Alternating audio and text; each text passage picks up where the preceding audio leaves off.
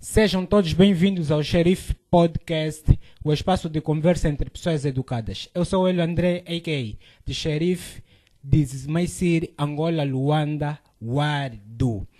Na imagem temos o Carlos Sawatanga, a nossa co-apresentadora é a Rachel Ebijo, o nosso agente é o Benjamin André e juntos somos a equipa que faz acontecer todos os sábados neste canal. Hoje vamos falar da leitura, a importância da leitura para o desenvolvimento da juventude. Comigo tenho um jovem escritor e palestrante. Direciono-me a ele agora. Jesus. Qual é a ideia, mano velho? Tô bem, meu irmão, é contigo. Também. Graças a Deus. Vamos falar de um assunto muito importante, um assunto que preocupa a sociedade em si, porque há muitos jovens que ainda, infelizmente, não têm o hábito de leitura. Sim, eu considero isso uma problemática, porque se nós, desde já quero saudar antes a todos a nos acompanhar, reforçar a apresentação. Chamo-me Jesus Fernando, sou escritor, palestrante, sou o CEO e fundador de um projeto motivacional e solidário denominado Motivar e Edificar, que em breve vocês poderão ouvir falar mais sobre ele. Então, como estávamos a dizer, a problemática da juventude não buscar o conhecimento é algo que vai nos fazer não desenvolver como pessoas. Porque se nós não tivermos o hábito de ir atrás do conhecimento, nós não vamos desenvolver em nada. Para ser sincero, eu não era alguém que gostava muito de ler. E o que aconteceu para ter o hábito de leitura? Olha, eu acho que o hábito pela leitura começou desde muito criança. Eu aprendi a ler antes de ir para a escola. Porque a minha mãe chamava-me e ela lia para mim. Quando muito pequeno, ela lia para mim. E sempre que eu ia para a igreja, ela trazia uma Bíblia e lia para mim. E às vezes, quando eu comecei já a dar os primeiros passos para a leitura, ela me mandava ler para ela. E mandava me explicar o que eu entendia daquilo que eu lia. Então, basicamente, aquilo foi despertando a minha curiosidade. Mas eu ainda não tinha, assim, muito gosto pela leitura. Agora, a minha irmã mais velha, ela fez o curso de literatura e língua portuguesa. Ela tem muitos livros em casa. O meu irmão mais velho, ele fez direito, muitos livros em casa. Então, eu via eles a ler e aquilo despertava a minha curiosidade. O que é que eles veem aí dentro? Por que é que eles passam muito tempo a ler? Então, eu comecei a ler. E algo curioso, eu comecei a escrever antes de gostar de ler.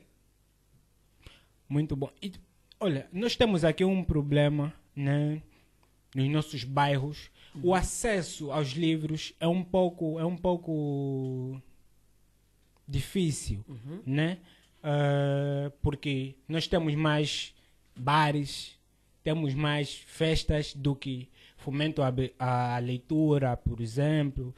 No teu ponto de vista como escritor e também palestrante, isso torna o jovem distante do livro também? Até certo ponto, sim. Mas eu diria que isso é uma responsabilidade pessoal. Porque nós estamos numa era muito globalizada em que nós podemos ler livros no formato digital. E isso já nos ajuda muito. Então, eu podia dizer que nós estamos num país, sem querer falar de política, nós estamos num país em que o acesso ao que é necessário, é um pouco difícil. E isso se aplica em tudo. Nós olhamos muito o acesso à comida, o acesso ao emprego, até a busca por conhecimento é complicado. Nós temos mais maratonas do que livrarias.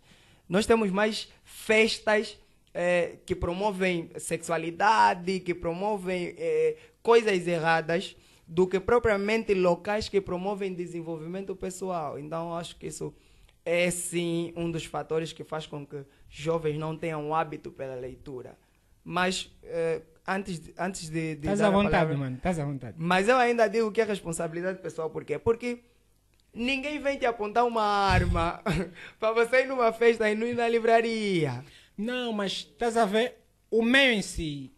Nós temos que saber a influência que o nosso meio e as coisas que estão nele têm para nós. Estás a ver? Se eu nascer num bairro onde, que é o nosso caso, onde só tem bares, onde só tem festas, eu estou mais propenso a aderir a isso do que propriamente ir à busca de uma livraria que tem que pegar um táxi Estás ou a ver? coisa assim Aquele parecida. é o meu seio, é o normal para mim. Ok. Então, eu tenho acesso rápido a estas coisas, estás a ver? Mas, Hélio, eu cresci no Kazenga. E por nascer e crescer no Kazenga, muitas pessoas podiam dizer que eu seria um marginal, porque yeah. no Kazenga tem muito disso. A fama do Kazenga é muito disso. Que eu seria um marginal ou uma pessoa que está aí sem futuro. Mas é uma questão de escolher por quê? Porque enquanto outras pessoas iam para festas beber, enquanto outras pessoas iam namorar à toa, enquanto outras pessoas procuravam aproveitar a vida, Yeah. eu estava a fazer coisas que podiam me desenvolver no futuro. E hoje eu sou escritor, consigo escrever, consigo dar palestras sobre diversos assuntos. Eu digo que é muito também porque quando outras pessoas estavam a fazer coisas erradas, eu estava a preparar esse processo. Eu estava a preparar essa trajetória que eu estou a trilhar agora. Então, por isso é que eu digo que é muito responsabilidade pessoal. É muito responsabilidade. Porque se fosse de dogmas, porque se fosse de... É o bairro que eu cresci, é o sítio em que eu estou. Eu não estaria aqui, mano. Yeah. Não estaria aqui. Mas também influencia e tem muita influência, sabe por quê? E nesse quesito até podemos discordar um pouco. Porque tipo, eu também sou um jovem, estás a ver? Que tem o mesmo princípio que tu, mesmo nascendo numa realidade totalmente ao contrário. Mas eu entendi que o meio em si influencia muito, estás a ver? Sim. Porque se nos dessem 50-50 de cada coisa, nós teríamos escolha, estás a ver? Sim. Há quem não tem escolha, nós aqui não temos escolha, estás a ver? E tipo, noutra hora, né? Porque ao passar do tempo essas instituições vão se enfraquecendo cada vez mais. Me refiro à família, à igreja e escola. Sim. Tem ajudado também naquilo que é o despertar, né, da nossa mentalidade. Mas ainda assim É pouco. é pouco. Então eu com toda a certeza digo que nós não temos muitas escolhas. Por exemplo, se você andar pelo Kazenga, que é o meu bairro, Yeah. se você andar pelo Kazenga, para você encontrar uma livraria é difícil. É duro. Para as pessoas terem acesso a livros, é duro. É mesmo difícil. Bares. Entre as... Bares, tipo, é o que mais tem. Yeah. Eu acho que bares é o que mais tem. Mas eu acho que nós, como jovens, Carlos. nós como sociedade, os nossos governantes, as pessoas que podem fazer alguma coisa diferente deviam fazer. Porque se nós temos mais livraria, nós vamos ter mais jovens informados. Sim. Nós vamos ter mais jovens capacitados. Porque às vezes o problema não é a oportunidade, é estar capacitado para receber a oportunidade. Nosso problema como jovens, às vezes, é nós queremos capacitar quando vem a oportunidade. Você vai ver que se você ligar para um jovem hoje, ele dizer, olha, tem aqui um emprego que você tem que trabalhar como X. Ele vai se preocupar fazer vai se preocupar fazer um curso daquela área. Quando ele terminar o curso e ligar de novo para você dizer, não, já estou capacitado, já tem outra pessoa a trabalhar naquilo.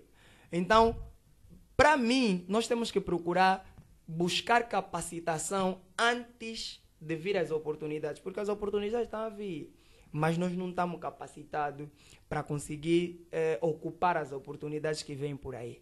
Então, nós temos muita dificuldade em ter contato com livros. Yeah. Muitas. Mas nós podemos mudar esse quadro. Que é projetos como o projeto que eu sei que tu tens, de livrarias ou bibliotecas comunitárias.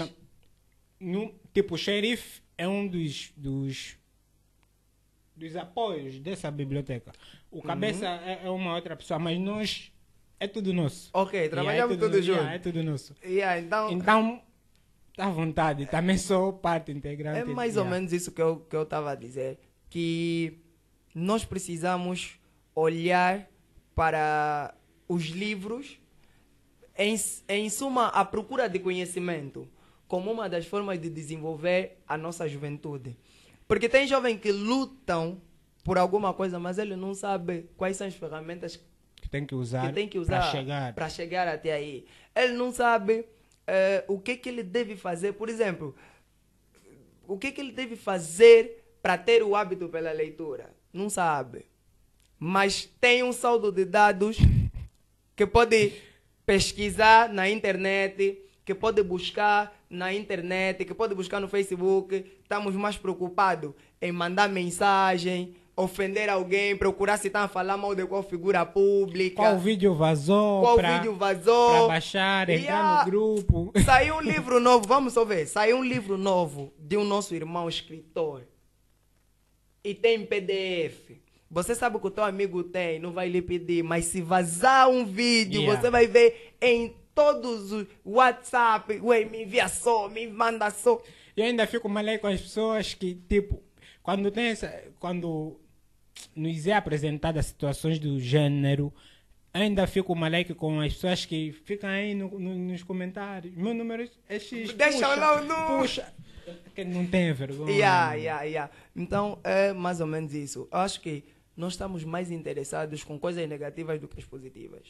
Yeah. Tu como é que, na verdade, não é clichê, quem lê um livro, na verdade, não é a mesma pessoa, mas eu tenho visto interpretações dessa frase de diferentes formas. Na tua visão, o que é que torna uma pessoa diferente quando lê um livro? Bem, nessa frase, quem lê um livro não é a mesma pessoa. Eu digo que não é a mesma pessoa porque aprende alguma coisa nova, sempre. Yeah. Mas o não ser a mesma pessoa, tipo, na sua maneira de viver, não é apenas de ler um livro, é de prática. Porque eu posso ler 100 livros sobre empreendedorismo e ficar sentado na minha casa, não sou empreendedor, não vou ser empresário, não vou ter empresa. Só leste. Sabes como é que a coisa se faz, como é que a coisa funciona, você vai ter conhecimento, mas o não ser a mesma pessoa não vem apenas de ler um livro, vem de praticar aquilo que você sabe. Porque o conhecimento tem que ser acompanhado com prática. Yeah. Se assim não for, nós vamos ter pessoas cheias de conhecimento, mas que não avançam. Tem nenhum feito. Não avançam em nada. Yeah. Não avançam em nada. Yeah. E falaste aqui na questão das pessoas de direito, né? Uhum. Eu tenho falado sempre que as condições têm que ser criadas. Estás a ver? Gostei do ativismo. As condições têm que ser criadas. Não é o governante que vai te pôr um livro na mesa e falar, lê. Estás a ver? Mas esse acesso tem que ser estimulado. O acesso até é fácil, porque com um saldo de 200 tu consegues descarregar um livro. Sim. Mas a estimulação... E outra coisa, ler um livro físico não é a mesma coisa que ler um livro digital. Quis tocar nesse não aspecto. É a mesma coisa. Quis tocar nesse aspecto quando disseste que depende de nós porque temos acesso a... Sim. Qual é a diferença? Tem muita. É assim, não sei... sempre, né? Tu estás a tocar. Não sei se alguém que está aí a nos assistir gosta de ler. Mas só o cheiro do livro faz toda a diferença. Ai. Sério. Só o cheiro de um livro físico faz toda a diferença. E outra, quando você está a ler um livro no formato digital, tem tendência de prejudicar os olhos. Por causa da luminosidade Sim, também. a preguiça é maior. Porque você está a ler, isso me acontece muitas vezes. Você está a ler um livro no formato digital, cai uma mensagem do WhatsApp, A distração. te ligam, você deixa de ler, quando assustar já está noite, já não podes mais ler. Então, ler um físico, para mim é melhor. Eu desligo o meu telefone, vou para um local silencioso, faço a minha leitura e consigo absorver um maior conhecimento. Agora, sobre a questão de ter acesso e de pessoas de direitos nos facilitarem o acesso. Isso sim. Vamos dar uma ideia ao nosso governo. Se em todas as administrações municipais ou comunais ter uma biblioteca livre, qualquer pessoa pode entrar lá, ler um livro, mano, nós vamos desenvolver. Vamos desenvolver. E a maior parte das pessoas que não têm gosto pela leitura são pessoas que nunca leram, na verdade, um livro. Você vai me perguntar, você gosta de ler? Nem tanto, mas já leste qual livro? Também nunca li nenhum. E o que dizer das pessoas que começam, mas não terminam? Estão a fazer a coisa certa com a motivação errada. Por quê? Por quê? Porque você, para gostar de ler um livro, não é só encontraste um livro, estás a ler. Os influenciadores dizem que tens de primeiro ler os livros de coisas que tu gostas. Que tu gostas, com certeza. Você tem que ler livros de coisas que tu gostas. Você não pode começar a ler livros muito grandes. Vai desistir no meio da caminhada. Então, quando você sabe o que você quer, o que você gosta, e começa a ler, aquilo vai te suscitar interesse. E os temas chamativos, normalmente, é que nos fazem ler. Eu estava a ler um livro, eu gosto muito de desenvolvimento pessoal e gosto Mindset, muito né? de narrativas, principalmente narrativas, onde tem conversas. Eu estava a ler um livro, Quem Mexeu no Meu Queijo. E aquele livro, ele falava muito sobre saber lidar com as mudanças. Porque em toda a nossa vida nós estamos sujeitos a mudanças. Então, às vezes as mudanças são boas, às vezes não. Mas nós devemos saber lidar com as mudanças. E esse livro tinha uma narrativa muito forte. Eu gostei muito da narrativa daquele livro. Por quê? Porque fazia, alguém falava e o outro respondia. Isso para mim me chama a curiosidade. Eu quero saber como é que a coisa termina. Um diálogo. E isso. Tem livros também de investigação criminal ou não. Despertam muito a curiosidade. A curiosidade. Então, quando formos para ler um livro, tem que ser um livro que desperta a nossa curiosidade. Nós vamos ler. Isso é que vai nos fazer ter gosto pela leitura. E, tipo, a nossa juventude não gosta de ler. Estás a ver? Não gosta de ler. Claro que tem exceções. Se fosse escrever um livro, qual seria os requisitos para cativar uma pessoa que não gosta de leitura? Primeiro, o tema. É muito importante. Eu me atraio pelo tema. O tema do livro me atrai muito. Depois, o prefácio também. Eu, quando recebo um livro, primeiro vejo o tema, depois vou ver o prefácio. Quando eu ver o prefácio, eu vou ver o índice. Se não tiver nada aí que me chama muita atenção, não vou ler. Então, eu colocaria coisas que a juventude quer saber. Porque se é um livro para jovens, eu não vou falar, vou dar um exemplo, eu não vou falar de coisas para velhos. Não teria sentido. Também tem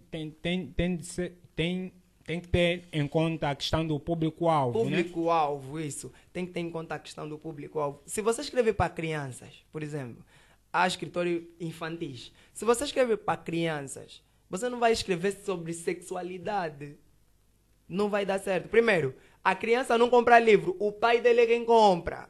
Não, até pode. Só que de uma forma... falar sobre para sexualidade. criança. Sim.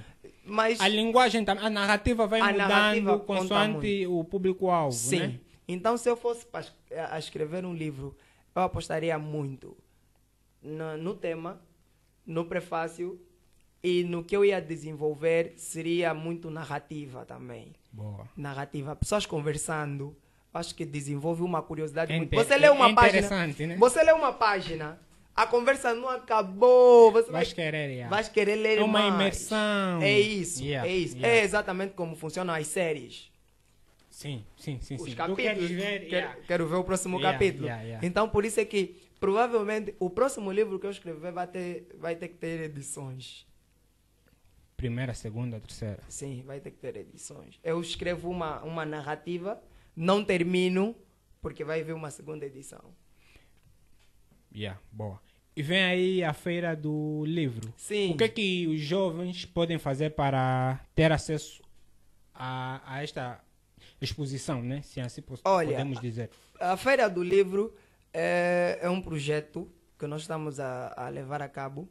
Como eu disse no princípio, eu lidero um projeto denominado Motivar e Edificar. E nós vamos realizar uma Feira do Livro em agosto, dia 5 e 6, no município do Kazenga, no Largo da Tecu. Então, nós vamos estar lá, vamos ter exposição de livros, vamos ter música, vamos ter poesia, vamos ter muitos escritores.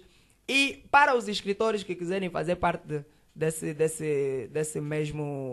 dessa mesma atividade, expondo os seus livros, dando ideias também, podem me contactar. Posso deixar o meu número? À vontade, mano. Sim, podem me contactar 944 14 70 56. Jesus Escritor. Ai. Agora, para todo o público que quiser ir ler, vai ouvir mais algumas coisas, também podem se fazer presente nos 2 dias. E nós vamos estar lá. Serão 2 dias. dias. Dia 5 e 6 de agosto. E o que é que vocês estão a fazer para arrecadar mais livros? Olha, nós entramos em comunicação com escritores e bibliotecas. Deixa já o apelo, através do Xerife Podcast, Uhum. para a Biblioteca Móvel Comunitária Rocha Pinto. Olha, Eu vou falar com o CEO, mas o teu apelo tem... a Biblioteca Móvel daqui do Rocha Pinto, quero vos convidar, por favor, venham nos ajudar a criar hábito pela leitura no seio da juventude, porque uma juventude informada é uma juventude desenvolvida. Então, nós contamos convosco no dia 5 e 6, tragam vossos livros, para livros diversos, não importando o tema, tragam vossos livros, porque nós sabemos que tem jovens que querem ler, só não têm acesso aos livros. Sim. Então, nós vamos dar acesso a esses livros. Muito bem. Odimano, Moisés, Muiza, Osmani, acho que vão receber de bom grado o recado e é tudo já não é pela comunidade, é pelo país. É pelo país, nós temos porque que vocês são do Kazenga, né? Sim. Nós agora estamos ainda... Basicamente, o projeto nasceu no Kazenga, mas temos pessoas de diversas partes de Luanda. Então, estamos a trabalhar. Já realizamos atividades bué fora do Kazenga, então é pelo país. É pelo país. Já não é pela comunidade, é pelo país. Mano, muito prazer em falar contigo.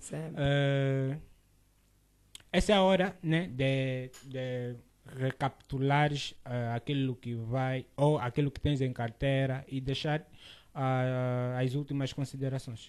Olha, eu vou dizer algo muito importante. Nós precisamos conhecer o que nós queremos fazer daqui para frente. Se queremos ser palestrantes, vamos estudar sobre palestras, vamos estudar sobre o que é ser palestrante. Se queremos ser escritores, vamos estudar sobre o que é ser um escritor, como escrever um livro. Se queremos realizar sonhos, precisamos primeiro saber de quem já realizou o sonho e do que fez para realizar o sonho.